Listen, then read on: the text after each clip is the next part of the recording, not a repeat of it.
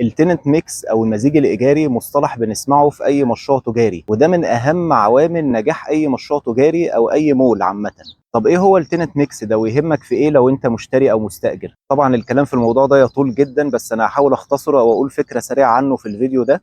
التننت ميكس ده باختصار هو الانشطه التجاريه اللي هتتعمل جوه المول ده وتقسيمتها جوه المول، ودي حاجه لازم المطور او الشركه اللي بتبني مول يكون مخططها وعاملها قبل ما يحط طوبه، ومن قبل اصلا ما يبتدي يصمم المول نفسه. اللي بينفذ وبيبني قبل ما بيعمل التنت ميكس بتاعه ده بنسبه كبيره ما بينجحش. هو الاول بيبتدي يحدد الانشطه اللي هتشتغل جوه المول ده. الانشطه كتيره جدا، سواء بقى ملابس، محلات اكل، سينما، معارض عربيات، وايا كان الانشطه هو بيحدد الانشطه اللي هتشتغل جوه المول دي وهتبقى متقسمه ازاي جوه المول. يعني مثلا لو المول ده هيبقى فيه هايبر ماركت، والهايبر ماركت ده هيشغل المول وهيعمل فود ترافيك او زحمه على المول بشكل كبير، فمش من الافضل ان انا اعمل الهايبر ماركت ده بره على الطريق، بحيث اللي يجي يدخل الهايبر ماركت ويطلع من بره من غير ما يدخل المول. الافضل ان انا اخليه جوه المول، بحيث ان اللي يجي يدخل الهايبر ماركت يبقى مجبر ان هو يخش يمشي جوه المول ويعدي على محلات كتيره علشان يوصل للهايبر ماركت.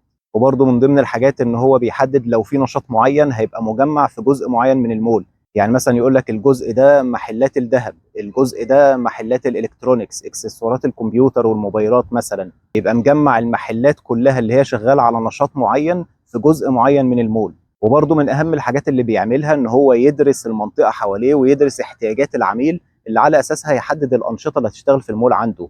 يشوف المنافسين حواليه ايه الانشطه اللي بيقدموها للعملاء في المنطقه دي، العملاء بيبقوا محتاجينها فانت كمان تقدر تقدمها، او ايه الحاجات اللي السكان في المنطقه دي محتاجينها، انشطه محتاجينها مش موجوده فانت تقدر توفرها.